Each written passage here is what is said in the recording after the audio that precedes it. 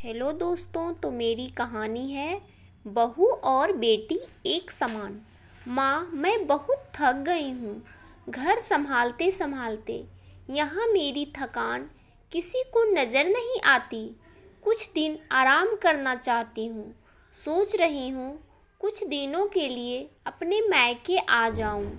आते हुए अपने बच्चों को भी साथ ले आऊँगी। वे वहीं से स्कूल चले जाएंगे। आखिर एक ही शहर में ससुराल और मायका होने का कुछ तो फायदा मिले। नर्मदा ने फोन पर अपनी माँ से कहा। कमला जी ने दूसरी तरफ से कहा, हाँ बेटा, जब तेरी इच्छा हो आ जाना। आखिर ये तेरा भी तो घर है। ठीक है माँ, तो मैं कल ही आ जाऊंगी। नर्मदा खुश हो बोली, हाँ बेटा, कल आ जाओ, मैं तुम्हारा इंतज़ार करूंगी। अभी मैं फ़ोन रखती हूँ, मुझे मंदिर भी जाना है। कमला जी ने फ़ोन रख दिया और सीधे किचन में गई। किचन में खाना बना रही बहू से बोली, अरे अनुपमा, सुनो, कल तुम्हारी ननद आ रही है। आज बाजार जाकर फल सब्जी और मिठाइयाँ लेकर आना। बेचारी मेरी बेटी ससुराल में नौकरों की तरह काम करती है और उस पर कोई ध्यान ही नहीं देता। यहाँ आएगी, कुछ दिन रहेगी तो उसका मन और तबीयत अच्छे रहेंगे। सास के मुंह से बातें सुनकर अनुपमा का चेहरा उतर गया। वह मन ही मन सोचने लगी, काश आपको मेरी थकावट भी नज़र आती। मैं भी दिन रात झाड़ू पोछा, बर्तन, खाना बनाना, मार्केट जाना और हर वह काम करती हूँ जिससे हमारे परिवार वालों को कोई दिक्कत ना हो। काश आप मुझ पर भी ध्यान दे पाती। आपकी बेटी तो जब मन में आता है तब यहाँ आ जाती है, लेकिन मैं साल में एक बार ही अपनी माँ के पास जाती हूँ। तब भी आपको प्रॉब्लम होती है। मैं भी इंसान हूँ, मेरा भी मन है। मुझे भी लगता है अपने माँ के पास जाकर थोड़ा आराम करूँ, सुख दुख की दो चार बातें करूँ, अपना मन हल्का करूँ। भगवान, अब तुम ही कुछ करो ताकि मेरी सास को आंखें खुले, उसे मेरी थकावट भी नज़र आए। शाम तक भगवान ने जैसे अनुपमा की सुन ली और उसकी ननद का फ़ोन आया।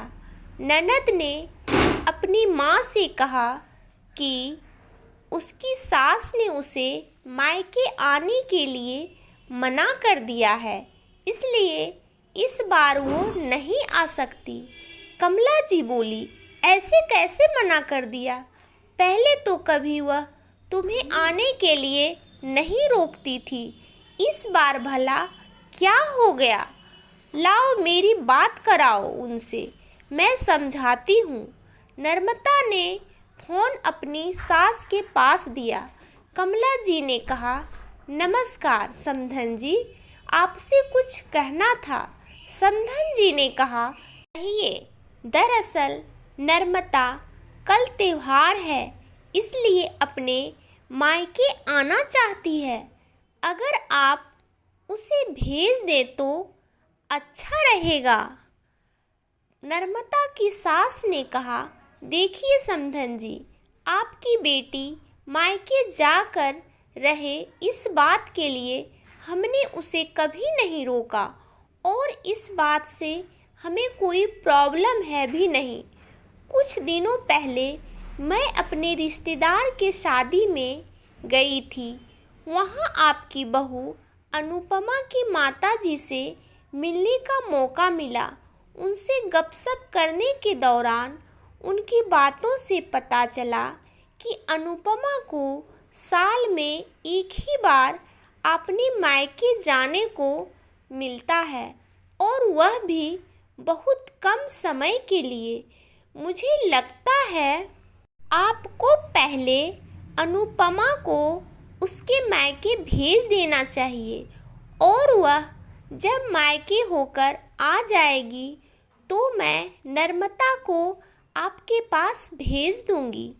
एक बहुत ज़रूरी बात जो मुझे लगता है आपको समझ लेनी चाहिए कि आपको अपनी बहू को भी बेटी की तरह या बेटी से भी ज़्यादा प्यार देना चाहिए। उसे भी मायके जाने की इच्छा होती होगी। हो सकता है नर्मदा के वहाँ आने से उसकी अवभगत करने के लिए आप उसे उसके मायके नहीं भेजती होंगी, या फिर वह आपसे कुछ कहने से अभी डरती हो।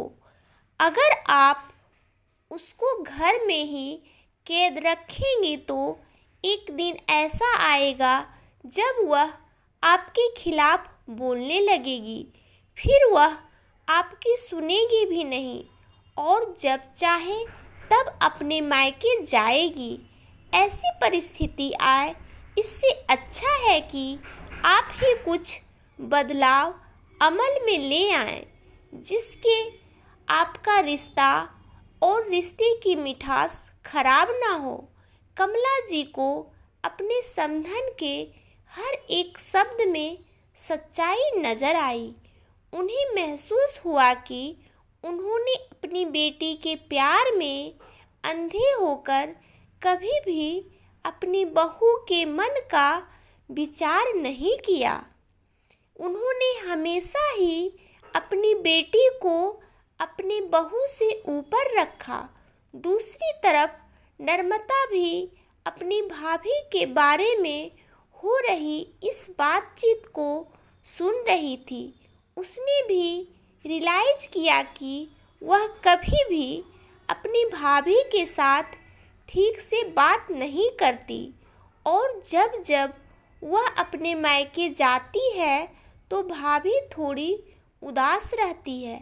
कमला जी ने अपनी बहू को बुलाया और उसे कहा कि अनुपमा कुछ दिनों के लिए नर्मदा नहीं आने वाली है, इसलिए पहले तुम अपने मायके होकर आओ। यह सुनते ही अनुपमा का चेहरा खिल गया, क्योंकि यह पहली बार था जब उसकी सास ने सामने से उसे अपने मायके जाने के लिए कहा था।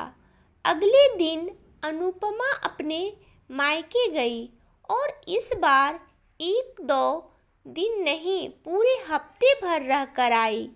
अपने माँ बाप से अपने रिश्तेदारों से मिलकर आई और जब वह लौटकर आई तो उसका चेहरा खिला हुआ था, उसकी आंखें चमक रही थी। अनुपमा के आने के बाद नर्मदा भी अपने मायके आई और इस बार वो खुद सामने से अपनी भाभी से खुशी खुशी मिली और अच्छे से बात की। नर्मदा ने अपनी माँ से बात करके उन्हें भी अच्छे से समझने में मदद की कि वह कहीं ना कहीं अनुपमा के साथ गलत व्यवहार कर रही थी। दूसरी तरफ अनुपमा अपने ससुराल वालों के बदले रवैये से बहुत खुश थी। अब वह खुशी खुशी सबका ध्यान रखती और हर काम प्यार से करती। वह इतना ध्यान रखती कि कोई भी ऐसी बात या काम ना करे जिससे घर में तनाव का माहौल पैदा हो। कमला जी अपनी बहू को खुद ही समय समय पर मायके भेज दिया करती। एक छोटी सी बदलाव ने सास बहू और भाभी ननद के बीच की कड़वाहट को दूर कर दिया और रिश्तों को और भी ज़्यादा मीठा और मजबूत कर दिया। तो दोस्तों, मेरी कहानी आपको कैसी लगी हमें कमेंट करके ज़रूर बताएं और अच्छी अच्छी कहानियाँ पढ़ने के लिए मेरे इस चैनल को सब्सक्राइब करें और इस कहानी को भी लाइक करें। और आप सब अपने जीवन में खुश रहें, मस्त रहें, यही भगवान से प्रार्थना है। धन्यवाद दोस्तों।